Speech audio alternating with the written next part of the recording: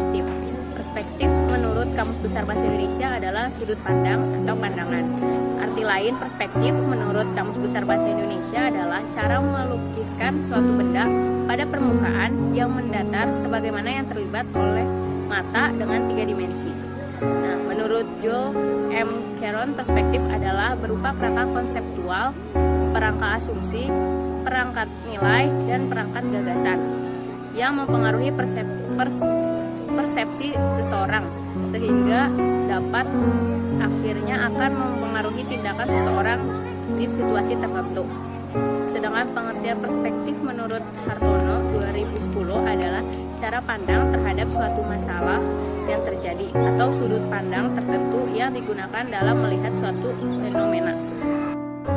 Perspektif anak tentang rasisme adalah cara pandang anak mengenai suatu sistem kepercayaan atau doktrin yang menyatakan bahwa perbedaan biologis yang melekat pada ras manusia menentukan pencapaian budaya atau individu, bahwa suatu ras tertentu lebih superior atau lebih kuat dan memiliki hak untuk mengatur ras yang lainnya.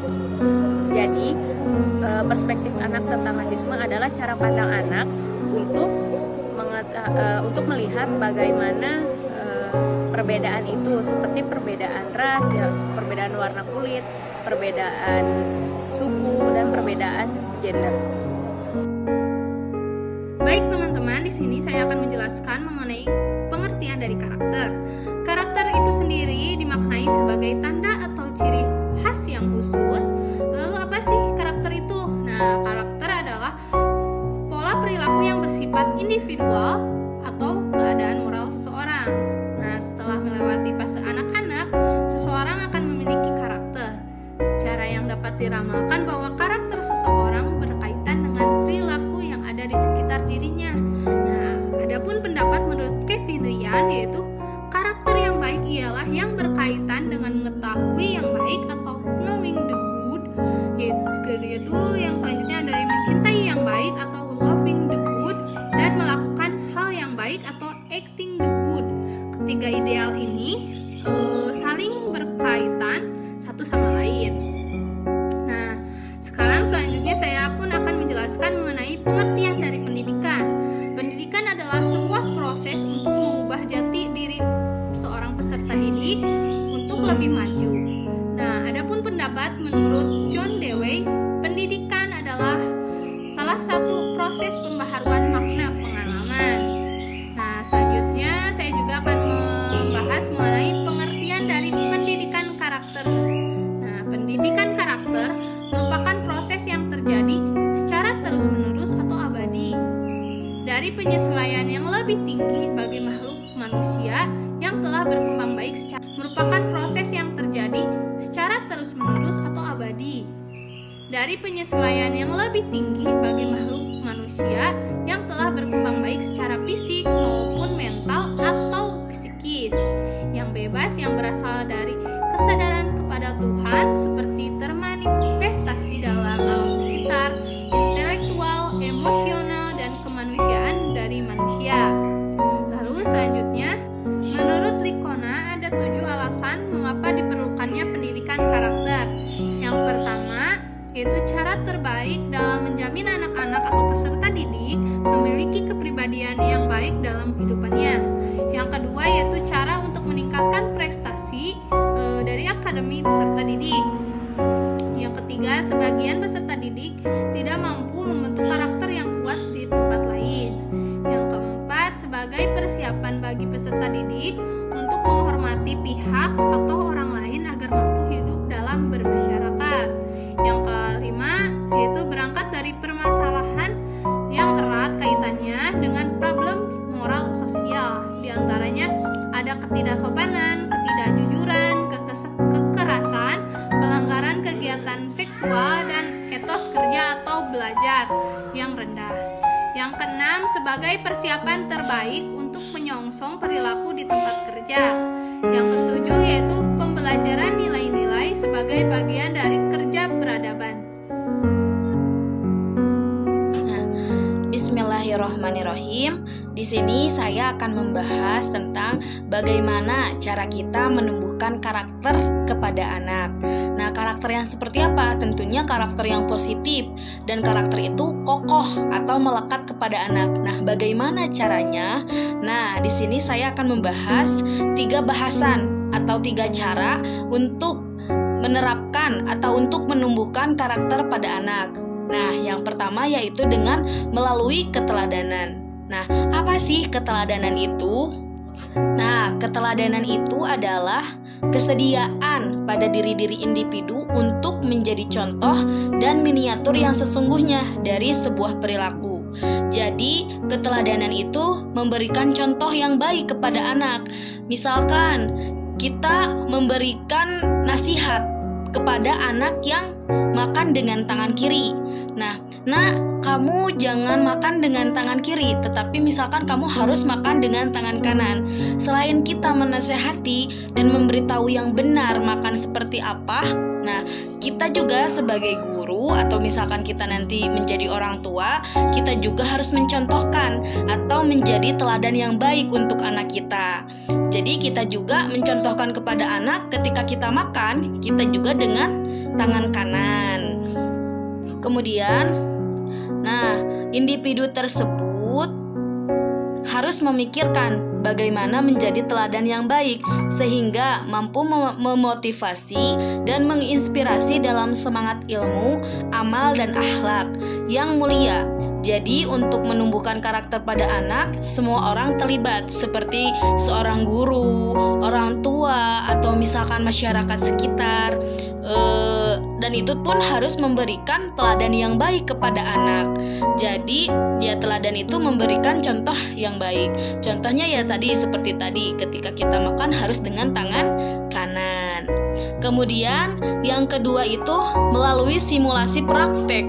Nah, setiap informasi di dalam proses belajar akan diterima dan diproses melalui beberapa jalur dalam otak dengan tingkat penerimaan yang beragam.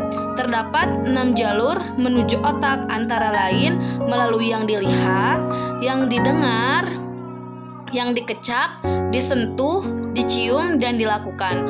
Oleh sebab itulah membangun karakter dapat dilakukan dengan menggunakan simulasi praktek, yaitu melalui bermain peran. Demonstrasi sikap yaitu mengajak anak untuk memainkan peran sebuah sikap dan karakter positif tertentu. Dapat dilakukan dalam bentuk drama ataupun tindakan nyata dengan berinteraksi pada sebuah sikap tertentu secara langsung. Nah, kemudian yang ketiga menggunakan metode repeat power. Repeat power adalah salah satu cara untuk mencapai sukses dengan menanamkan sebuah pesan positif pada diri kita dari diri peserta didik secara terus-menerus tentang apa yang ingin kita raih.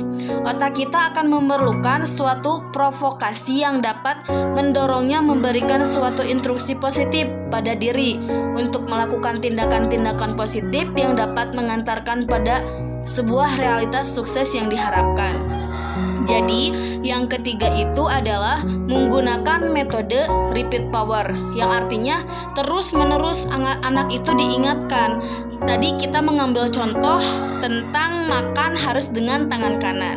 Nah, itu kan memang kita menumbuhkan karakter yang positif.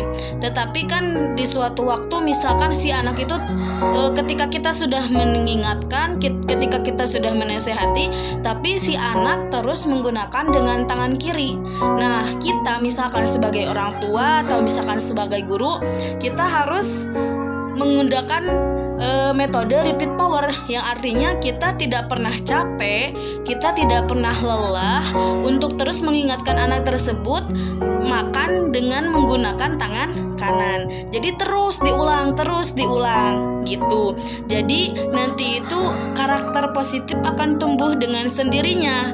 Ya tetapi memang harus kita juga harus usaha gitu ya. Usaha kita ya kita terus mengingatkan dan terus mengingatkan gitu. Jadi ada 3 cara menumbuhkan karakter positif pada anak. Sebenarnya caranya banyak, cuman di sini saya menyampaikan hanya 3. Yang pertama melalui keteladanan, yang kedua melalui simulasi praktek, Dan yang ketiga, menggunakan metode repeat power, yang dimana metode ini kita sebagai siswa atau guru terus-menerus untuk mengingatkan ketika anak ya sedang salah gitu, ketika tadi yang sudah saya contohkan. Nah, kemudian ada tujuan pendidikan karakter. Apa sih tujuan dari pendidikan karakter itu? Nah, sebelum ke sana, saya akan membahas dulu apa sih itu pendidikan karakter.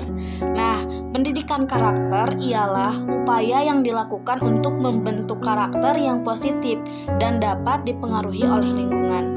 Hal ini senada dengan yang dikemukakan oleh Samani dan Haryanto, bahwa karakter sebagai nilai dasar yang membangun pribadi seseorang, terbentuk baik karena pengaruh hereditas ataupun pengaruh lingkungan yang membedakannya dengan orang lain, serta diwujudkan dalam bentuk sikap dan tingkah laku dalam kehidupan sehari-hari. Nah, jadi pendidikan karakter itu adalah upaya yang dilakukan untuk membangun karakter. Nah, di mana saja sih pendidikan karakter itu diadakan? Nah, pendidikan karakter itu bisa ada misalkan di sekolah. Tentu kan kalau misalkan di sekolah, pendidikan karakter itu pasti ada. Nah, ya tujuannya untuk apa? Ya untuk menjadikan anak tersebut itu memiliki karakter yang baik. Dan karakter seorang anak itu ya dipengaruhi oleh lingkungan sekitar. Nah, tujuan dari pendidikan karakter ialah untuk meningkatkan mutu proses dan hasil pendidikan yang mengarah pada pendidikan karakter dan akhlak mulia bagi pelajar atau peserta didik secara kapah, terpadu dan seimbang sesuai dengan standar kompetensi lulusan pada setiap satuan pendidikan. Melalui pendidikan karakter, harapan yang muncul ialah pembelajaran mampu secara mandiri meningkatkan, mengembangkan, dan menggunakan pengetahuan yang telah dimilikinya, mengkaji, menginternalisasikannya, serta mempersonalisasikan nilai-nilai karakter dan akhlak mulia di dalam perilaku sehari-hari. Nah, jadi tujuan pendidikan karakter ini ya tentunya menumbuhkan karakter yang baik kepada anak gitu. Dan karakter yang baik itu ya sangat penting dimiliki oleh anak. Misalkan si anak, ada contoh ya, misalkan seorang anak dia itu sulit dalam belajar, sulit dalam memahami ilmu, tetapi dia itu memiliki karakter yang baik. Misalkan karakternya itu dia pantang menyerah. Nah, dari karakter yang baik itu ya tentunya akan menjadikan si anak itu pintar, anak itu memiliki banyak ilmu. Nah, dia akan berpikir kalau misalkan dia tidak belajar sungguh-sungguh, tidak istiqomah dalam belajar, tentunya dia akan menjadi bodoh. Nah, karena memiliki karakter pantang menyerah dan semangat dalam belajar, tentunya dia akan menjadi orang yang memiliki banyak ilmu. Jadi, karakter yang baik itu perlu ditumbuhkan kepada anak gitu. Ya, kita sebagai calon guru ya tentunya harus bisa menumbuhkan karakter yang baik kepada anak. Ya bisa tadi yang disebutkan kan, dengan cara misalkan memberikan teladan yang baik, dan misalkan kita terus mengingatkan tanpa lelah kepada anak yang baik itu seperti apa misalkan. Nah, itu juga dibutuhkan dan dipentingkan. Kemudian dikatakan bahwasanya usia dini merupakan periode awal yang paling krusial dan fundamental sepanjang rentang pertumbuhan serta perkembangan kehidupan manusia. Pada masa ini ditandai oleh berbagai periode penting dan mendasar bagi kehidupan anak. Selanjutnya sampai periode akhir perkembangannya. The Golden Age atau periode keemasan adalah salah satu periode yang menjadi penciri masa usia dini. Banyak konsep dan fakta yang telah ditemukan yang memberikan penjelasan mengenai periode keemasan pada usia dini, di mana semua potensi anak berkembang paling pesat. Beberapa konsep yang disandingkan untuk masa anak usia dini adalah masa eksplorasi, maka identifikasi atau imitasi, masa peka, dan masa bermain, perkembangan bahasa siswa sekolah dasar. Jadi pada intinya, nah usia dini itu perlu ditumbuhkan karakter yang baik pada anak. Karena kenapa? Saya pernah membaca di buku yang lain, misalkan seorang anak itu perlu ditanami karakter atau akhlak yang baik. Karena kenapa? Karena ketika dia sudah besar, misalkan dia sudah SMA, nah ketika karakter itu udah melekat dan ketika karakter itu sudah ada dalam diri dia, nah dia itu sulit untuk diluruskan. Perumpamaannya seperti misalkan pohon ketika masih kecil, ketika dia bengkok, dia masih bisa diluruskan. Tetapi ketika dia sudah besar, sudah tumbuh besar, ketika dia bengkok itu ya sudah tidak bisa diluruskan gitu. Nah, permisalannya seperti itu. Maka sangat dibutuhkan dan sangat dianjurkan sekali. Bukan dianjurkan, mungkin diwajibkan ya, dan harus gitu. Pertumbuhan anak sejak usia dini itu ya perlu ditumbuhkan karakter yang baik kepada anak gitu. Ya. Jadi tujuan dari pendidikan karakter itu ya tentunya untuk memberikan atau untuk menumbuhkan karakter yang baik kepada anak. Dan pendidikan karakter itu bisa dilakukan di sekolah, nah di rumah juga ya tentunya harus menjadikan lingkungan rumah itu ya lingkungan rumah yang baik. Misalkan sholat tepat waktu, misalkan belajar gitu dengan misalkan ya istilahnya memanage waktu dengan baik dan menjadikan lingkungan rumah itu yang baik gitu. Jadi ya itu tujuan dari pendidikan karakter. Kemudian ada konsep dasar pendidikan karakter. Nah, konsep dasar pendidikan karakter tertuang dalam Permendikbud nomor 23 tentang penumbuhan budi pekerti tahun 2015. Penumbuhan budi pekerti bertujuan yang pertama, menjadikan sekolah sebagai taman belajar yang menyenangkan bagi siswa, guru, dan tenaga kependidikan. Kemudian kembangkan kebiasaan yang sebagai bentuk pendidikan karakter sejak di keluarga, sekolah, dan masyarakat. Menjadikan pendidikan sebagai gerakan yang melibatkan pemerintah daerah, dan masyarakat. Menumbuh kembangkan lingkungan dan budaya belajar yang serasi antara keluarga, sekolah, dan masyarakat. Karakter terbentuk dari kegiatan yang dilakukan secara berulang dan menjadi sebuah kebiasaan. Kebiasaan inilah yang menempel dan menjadi karakter seseorang. Penanaman dan pengembangan karakter di lingkungan sekolah menjadi tanggung jawab bersama, bukan hanya guru, namun juga kerjasama dari murid dan orang tua. Bagaimanapun juga, perkembangan karakter di sekolah hanya menjadi suplemen bagi peserta didik. Sementara makanan pokok perkembangan karakter yang sebenarnya ialah di rumah, di mana keluarga memiliki tanggung jawab besar dalam mendidik seorang anak di rumah. Ya, jadi pada intinya karakter yang baik itu perlu ditumbuhkan kepada anak di usia dini. Ya, tadi juga dikatakan. Nah, bahwasanya kalau di sekolah itu hanya sebagai suplemen dan di rumah itu menjadi makanan pokok. Yang memang betul pasti kalau misalkan di sekolah itu pasti akan ada pendidikan karakter. Nah, dan karakter itu juga akan melekat, akan tumbuh kepada anak jika misalkan lingkungan rumahnya juga baik gitu. Jadi insya Allah karakter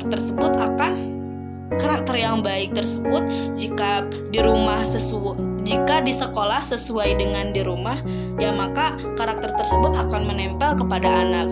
Dan tentunya ketika seorang anak memiliki karakter yang baik, insya Allah tidak akan terjadi yang namanya rasisme, ya kan? Nah, rasisme itu apa? Nanti akan dijelaskan oleh teman saya. Terima kasih. Sekian. Bismillahirrahmanirrahim. Assalamualaikum warahmatullahi wabarakatuh. Perkenalkan, nama saya Rizky Agung Aditya Pratama. Di sini saya akan membahas poin tentang rasisme atau materi tentang rasisme. Rasisme itu apa sih? Nah, rasisme itu adalah suatu gagasan atau teori yang mengatakan bahwa kaitan kasual antara ciri-ciri jasmania yang diturunkan dan ciri-ciri tertentu dalam hal kepribadian, kemudian intelek, budaya, atau gabungan dari itu semua menimbulkan superioritas dari ras tertentu terhadap yang lain. Nah, rasisme ini juga merupakan perilaku oleh sekelompok ras tertentu yang menganggap kelompok mereka lebih superior daripada ras yang lain. Di sini juga saya akan membahas mengenai upaya-upaya menghindari rasisme pada anak. Nah, upaya-upaya ini ada 4 poin. Yang poin pertama yaitu menggunakan media sosial sebagai wadah untuk membagikan tentang bahayanya rasisme. Dan yang poin kedua yaitu menegakkan konsep keluarga kemanusiaan. Kemudian yang poin ketiga yaitu menjalin persaudaraan, kebangsaan, dan memupuk rasa persatuan dan kesatuan dalam kehidupan bernegara, khususnya di Indonesia. Nah, yang keempat poin terakhir yaitu jaminan perlindungan hukum yang jelas. Mungkin itu yang bisa saya sampaikan. Kurang lebihnya mohon maaf. Sekian, wassalamualaikum warahmatullahi wabarakatuh.